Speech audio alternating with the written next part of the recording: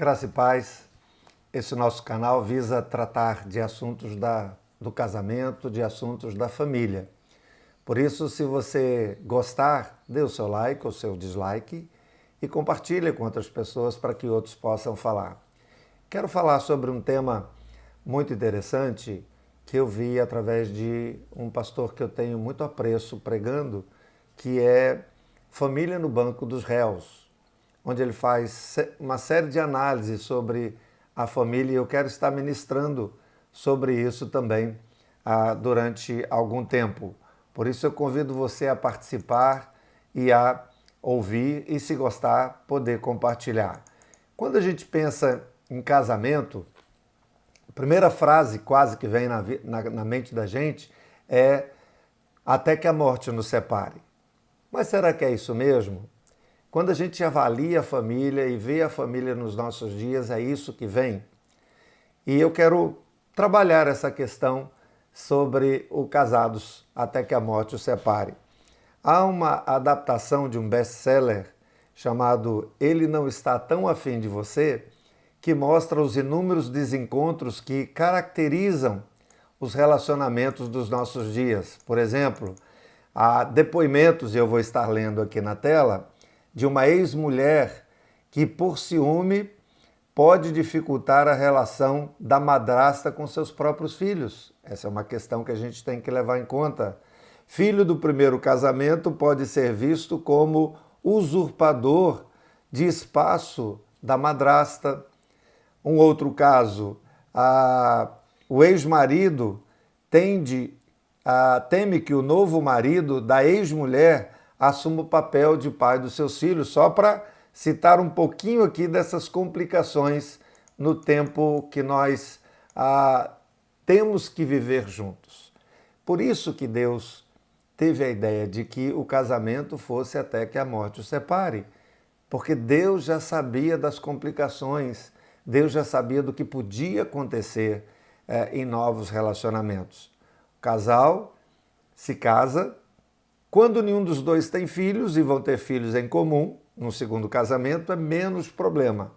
Mas quando um leva um filho do outro casamento, ou cada um leva um filho do outro casamento, e vem um terceiro filho em comum agora dos dois recém-casados, imagina todos isso que nós falamos anteriormente. Há um filósofo suíço que morreu agora recentemente, Zygmunt Bauman, e ele trabalha essa questão da liquidez dos nossos dias. Ele tem vários livros, Amor Líquido, Relacionamentos Líquidos, e vai por aí afora, e ele diz que nós vivemos o tempo da modernidade sólida, quando tudo era, por exemplo, você tinha uma marca de sabão que você usava, você tinha uma marca de fazer barba que você usava, era um momento de solidez, mas hoje tudo é muito líquido e isso interfere também nas nossas relações, inclusive no nosso casamento. Então, por que será que as pessoas se assustam e não estão conseguindo viver esse até que a morte os separe? O Zygmunt Bauman ele diz o seguinte, que as pessoas se casam cada vez mais tarde, o número de uniões consensuais aumenta, ou seja, sem uma proposta de um casamento no civil, e o tempo de duração das uniões diminui cada vez mais. Agora, qual o propósito ou qual o plano de Deus para o casamento? É interessante a gente ver o que o Deus Criador, aquele que teve a intenção do casamento. O casamento não é algo humano, o casamento é algo divino.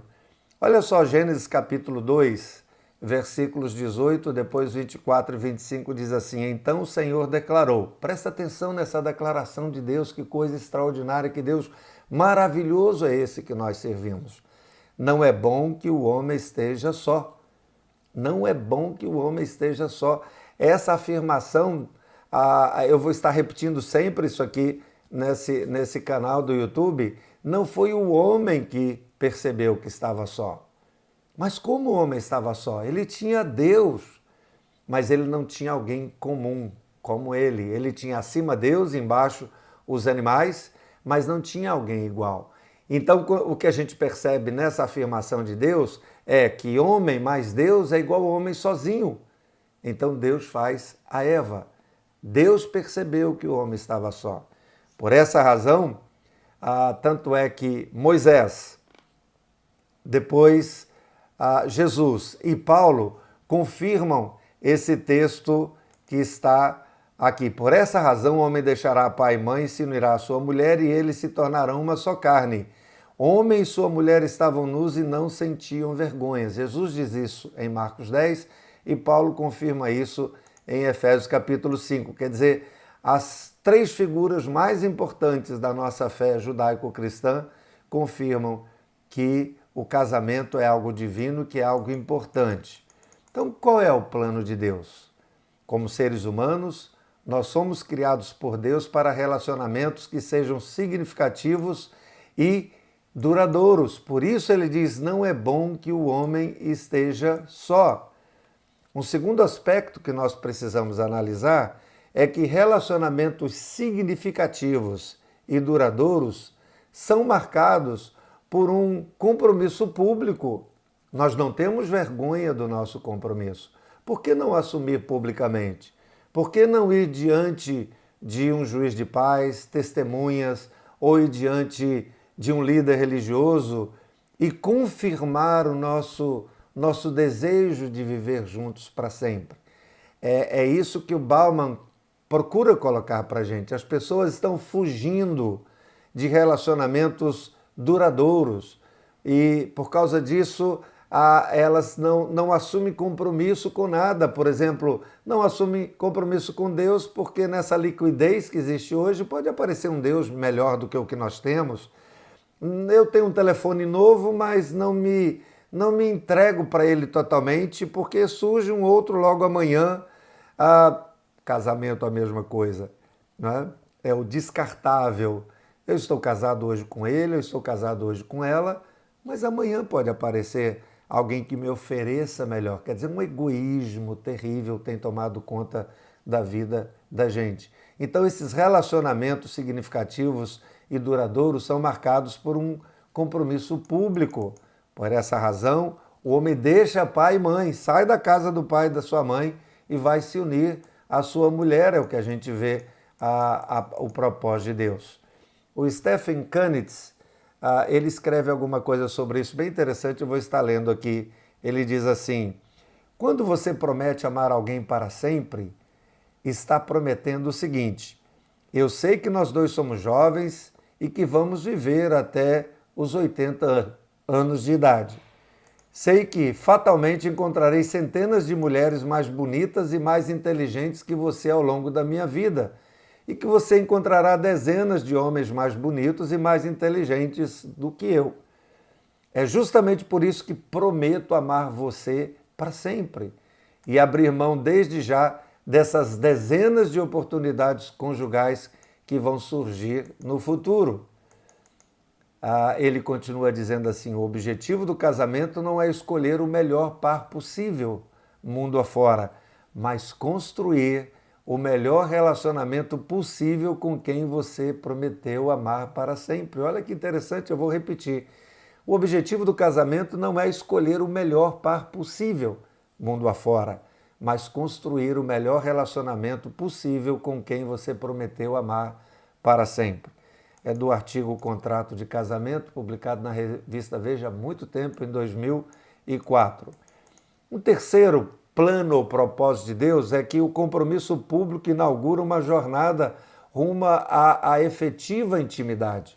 A partir daquele momento, e só deveria ser a partir desse momento, o casal entra num crescimento de intimidade, não só de intimidade física. Infelizmente, a intimidade física tem sido a primeira a ser buscada e as pessoas não esperam que o ato público seja realizado. Alguns nunca nem farão esse ato público, já partem para a intimidade física e aí não tem intimidade emocional, não tem intimidade mental, não tem intimidade de comunicação. O casal é um estranho dentro de casa. Tem a sua intimidade sexual e alguns dizem que são muito bons nisso, mas não passam dessa intimidade. Por isso que na hora que surgem os problemas, não tem como resolver, porque eles não têm intimidade emocional, eles não têm confiança, não crescem em confiança um com o outro. Por isso que o texto diz, eles se tornarão uma só carne. Uma só carne. Estavam nus, homem e mulher, e não sentiam vergonha, porque eles cresceram em intimidade. Então eu quero deixar para a gente pensar, para a gente refletir, para a gente avaliar, para a gente ver nesse tempo de modernidade líquida, de relacionamentos líquidos, aonde a solidez está sendo abalada, eu quero deixar para a gente pensar e refletir. Por que resistimos tão fortemente à sabedoria de Deus? Por que nós preferimos a sabedoria dessa cultura que nós estamos inseridos, cujo técnico é o diabo? Talvez o diabo não seja nem nosso maior inimigo, mas essa cultura que nós estamos inseridos. E uma pergunta que eu quero deixar com cada um de nós. As pessoas que não têm vivido a sabedoria de Deus, o que Ele nos fala através da sua palavra, estão mais bem realizados que nós? Estava assistindo esses dias com a minha esposa a músicas de um cantor que já se casou 7 ou 9 vezes. Me lembro do poeta Vinícius de Moraes, que teve acho que 8 ou 9 esposas. Pessoas que não se realizam porque estão vivendo sobre a base dessa cultura que nós estamos inseridos. Sem ver alguém mais feliz, ver alguém mais realizado do que aqueles que estão buscando viver os princípios e valores da palavra de Deus. Por que resistimos tão fortemente à sabedoria de Deus?